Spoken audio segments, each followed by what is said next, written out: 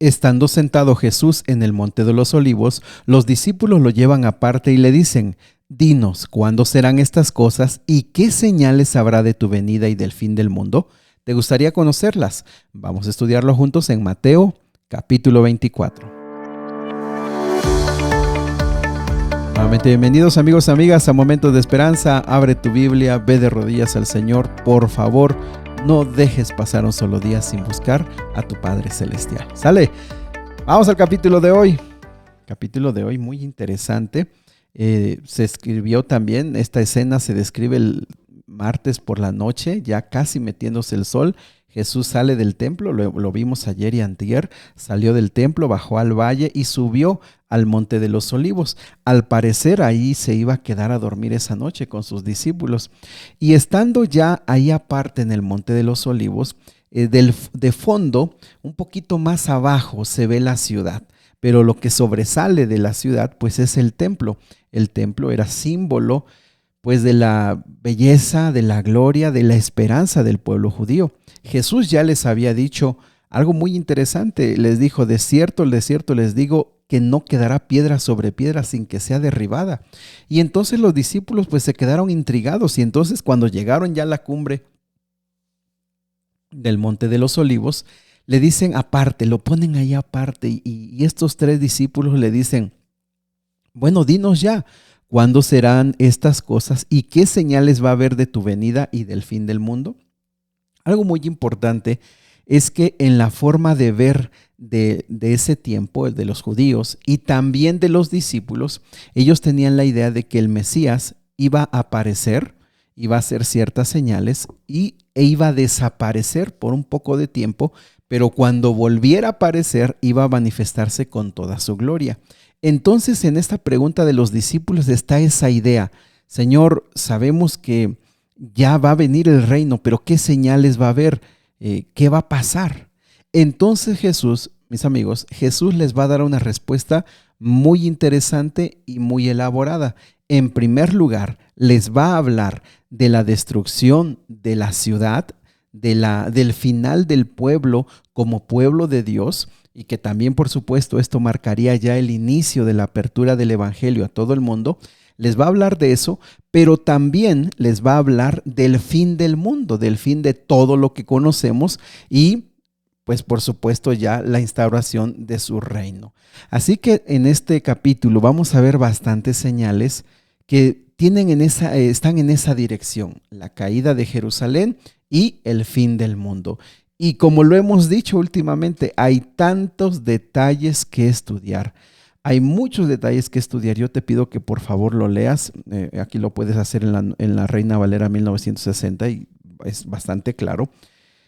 Pero bueno, vamos a tratar de ir parafraseando, tratar de ir rescatando algunas ideas. El versículo número 4 dice: mirad que nadie os engañe. Ojo con eso es muy importante. Todo se va a dar, todo lo que se va a explicar tiene que ver con el engaño. En estos tiempos y en los tiempos de Jesús, en los tiempos de los discípulos, el engaño era un factor clave. Así que nosotros tenemos siempre que estar revisando la Biblia a través de una lectura no superficial, sino una lectura profunda y con mucha oración para evitar el engaño. ¿Qué iba a suceder? Vendrán muchos en mi nombre diciendo: yo soy el Cristo. Oiréis guerras, rumores de guerras. No se turben, todo esto tiene que acontecer, no es el fin. Se va a levantar una nación contra otra, va a haber pestes, hambres, terremotos, pero será principio de dolores. Estas señales se cumplieron en el tiempo de Jesús y hasta el año 70, cuando fue la caída de Jerusalén. Estas señales se cumplieron. Pero también estas señales nosotros las hemos estado viendo a lo largo de la historia, y más en estos tiempos como cumplimiento también del fin del mundo. Pero también se cumplieron en esa época. También algo muy importante, el versículo 9 tiene que ver con los problemas y la persecución, el ser aborrecidos por causa del nombre de Jesús. Fíjense cómo aquí queda claro que ser discípulo de Jesús es una decisión bien no sé, de mucha fidelidad, demanda mucha fidelidad. Aquí Jesús les deja claro que por amarlo a Él, muchos serían aborrecidos. Y eso es algo que tenemos que remarcar, mis amigos. Muchas veces nosotros vemos un cristianismo en el que nosotros no suframos, en el que estemos como bien protegidos, llenos de muchas bendiciones, que tenga trabajo, que tenga salud. Sin embargo, a pesar de que el Señor sabe lo que nos va a bendecir, también Él nos dice que va a haber tribulaciones y vamos a pasar momentos difíciles por creer en Él. Y eso hay que subrayarlo también. Versículo número 11, habría muchos falsos profetas que se levantarían para engañar. Ojo con esto. Y eso sucedió, les digo, también ante la caída de la ciudad de Jerusalén, pero también actualmente sigue habiendo falsos profetas. Por eso, siempre a la Biblia. Por haberse multiplicado la maldad, el amor de muchos se enfriará. Ojo con esto. Ese es un detalle muy importante. Muchas personas piensan que por estar en Cristo Jesús nunca lo van a abandonar, pero la maldad es tan grande, la maldad se manifiesta aún dentro del pueblo de Dios, dentro de la iglesia, y eso hace que mucha gente se desanime, pero se desanima ¿por qué? Porque su fe y su confianza y no se aferran a Cristo Jesús. Pero miren, habría una señal muy importante, a mí me parece una de las señales más importantes, versículo 14, y será predicado este evangelio del reino a todo el mundo para testimonio a todas las naciones, y entonces vendrá el fin. La predicación del evangelio, mis amigos, era una señal así clara de la venida de Jesús. ¿Saben ustedes que en el tiempo de Pablo, ya lo vamos a ver, en el tiempo de Pablo realmente el evangelio llegó a lugares tan distantes, llegó a tantos lugares que los discípulos pensaban que se estaba cumpliendo ya esta profecía? En estos tiempos, mis amigos, es una de las profecías que más esperamos con tanto anhelo, que el poder del Espíritu Santo pueda usarnos a todos nosotros y podamos llegar a tantas y miles y millones de personas para que Cristo venga pronto. Ahora, del versículo número 15 en adelante, hay unas señales que como que se aplican más ya al fin del mundo en general. Pero ve el versículo número 15, dice: cuando veáis en el lugar santo la abominación desoladora de la que habló el profeta Daniel, el que le entienda, entonces los que estén en Judea huyan a los montes. Este versículo puede sonar un poco complicado, pero básicamente esa abominación significa que en la ciudad o en el templo se coloquen cosas paganas como ídolos o se hagan actos paganos. Esto se estaba refiriendo específicamente a la caída de la ciudad de Jerusalén en el año 70 y también la destrucción del templo. A eso se le llamó abominación desoladora. Ojo con esto, eso se cumplió. Y algo muy importante es que, dice el versículo 16, el que esté en Judea huya a los montes, el que esté en la azotea no descienda, el que esté en el campo no venga.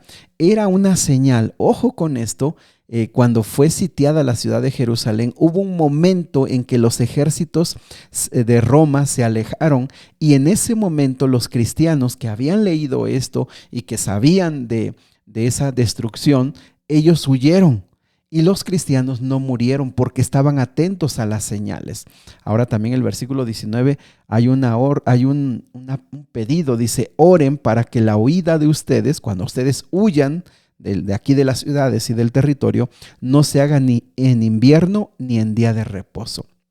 Fíjense aquí la importancia que Jesús les marca de seguir guardando el día de reposo como día especial, como un día de adoración a Dios. Estamos hablando del año 70, se seguía guardando el día de reposo. También habla acerca de que los días serían acortados por la maldad. También habla de los falsos cristos. Ojo, y esto sigue pasando, mis amigos, sigue pasando. Falsos profetas, falsos cristos que harían señales, que engañarían aún a los escogidos. Por eso insistimos, tenemos que ir a la Biblia. Tanta ignorancia de la Biblia. Hay mucha gente que solamente, básicamente nunca ha leído de la Biblia, solamente lo que le cuentan, lo que ven en alguna película. Pero nosotros necesitamos ir a la Biblia para no ser engañados.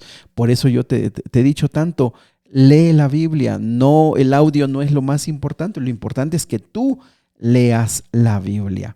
También el versículo número 27 da una señal bien importante. Dice, porque como el relámpago que sale del oriente y se muestra hasta el occidente, así también será la venida del Hijo del Hombre.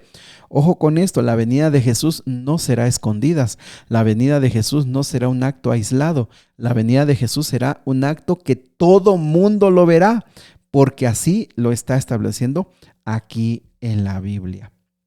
También versículo número 30 dice que aparecerá la señal del Hijo del Hombre en el cielo, y entonces lamentarán las tribus de la tierra y verán al Hijo del Hombre viniendo sobre las nubes del cielo con gran poder y gloria, y enviará a sus ángeles con voz de trompeta y juntarán a sus escogidos de los cuatro vientos desde un extremo del cielo hasta el otro.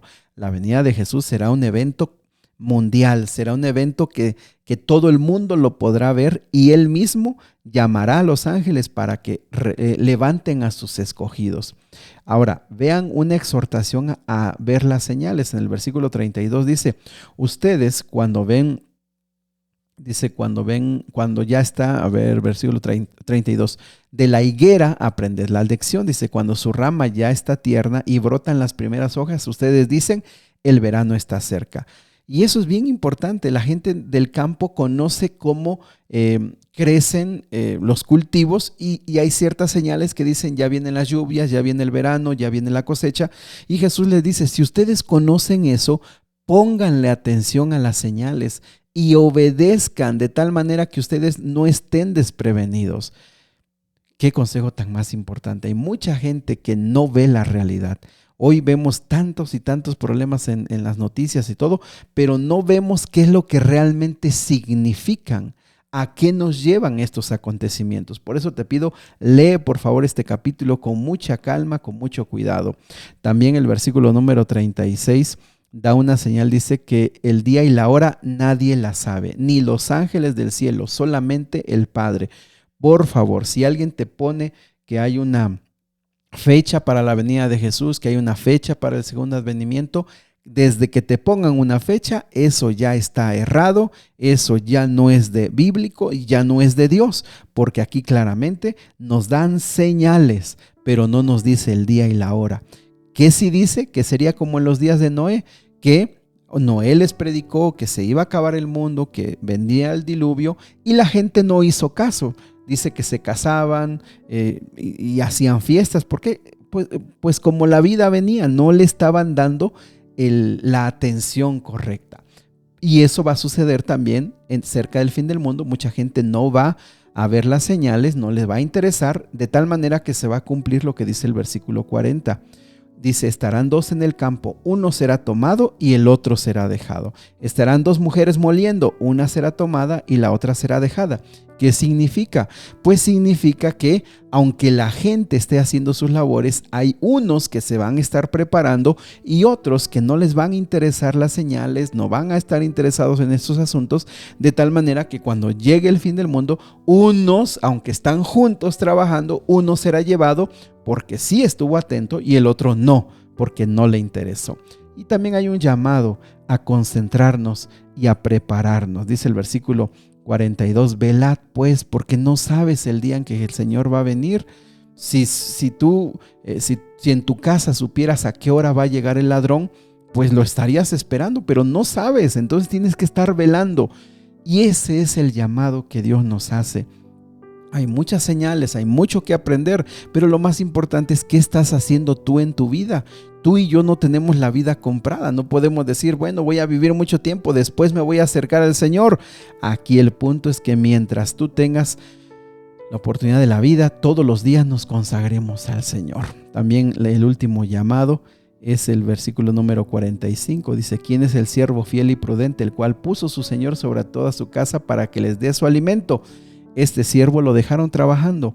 Pero ¿qué pasaría si el siervo dice, mi Señor se tarda en venir? Ojo, ese es el gran mal que tenemos como cristianos, pensar que tenemos tiempo, pensar que tenemos la vida. Y decimos, bueno, todavía me falta, voy a hacer esto, voy a hacer este plan, voy a hacer esto, después buscaré al Señor. No sabemos cuánto tiempo tendremos la vida, si el Señor nos concederá un día más. Querido Dios y Padre Celestial, esta mañana Hay tanto, tanto, tanto que reflexionar en tu palabra. Hay tantos detalles. Solo queremos quedarnos con esto. Ayúdanos a estar atento a las señales. Ayúdanos a velar y orar. Ayúdanos a buscarte con todo nuestro corazón. Ayúdanos, de veras, Señor. Ayúdanos para que pueda nuestro corazón ser convertido a ti. Si alguien por primera vez está escuchando esto y no entiende nada de lo que está escuchando, que tu palabra y tu Espíritu Santo lo guíen a toda verdad. En el nombre de Jesús. Amén. Mis amigos, yo sé que para muchos este capítulo es un capítulo muy conocido, pero estoy seguro que para muchos es un capítulo nuevo que nunca lo habían estudiado. Si tienes algunas dudas y preguntas, quien te haya mandado este audio, pídele más información y con gusto te podemos mandar. Que Dios te bendiga.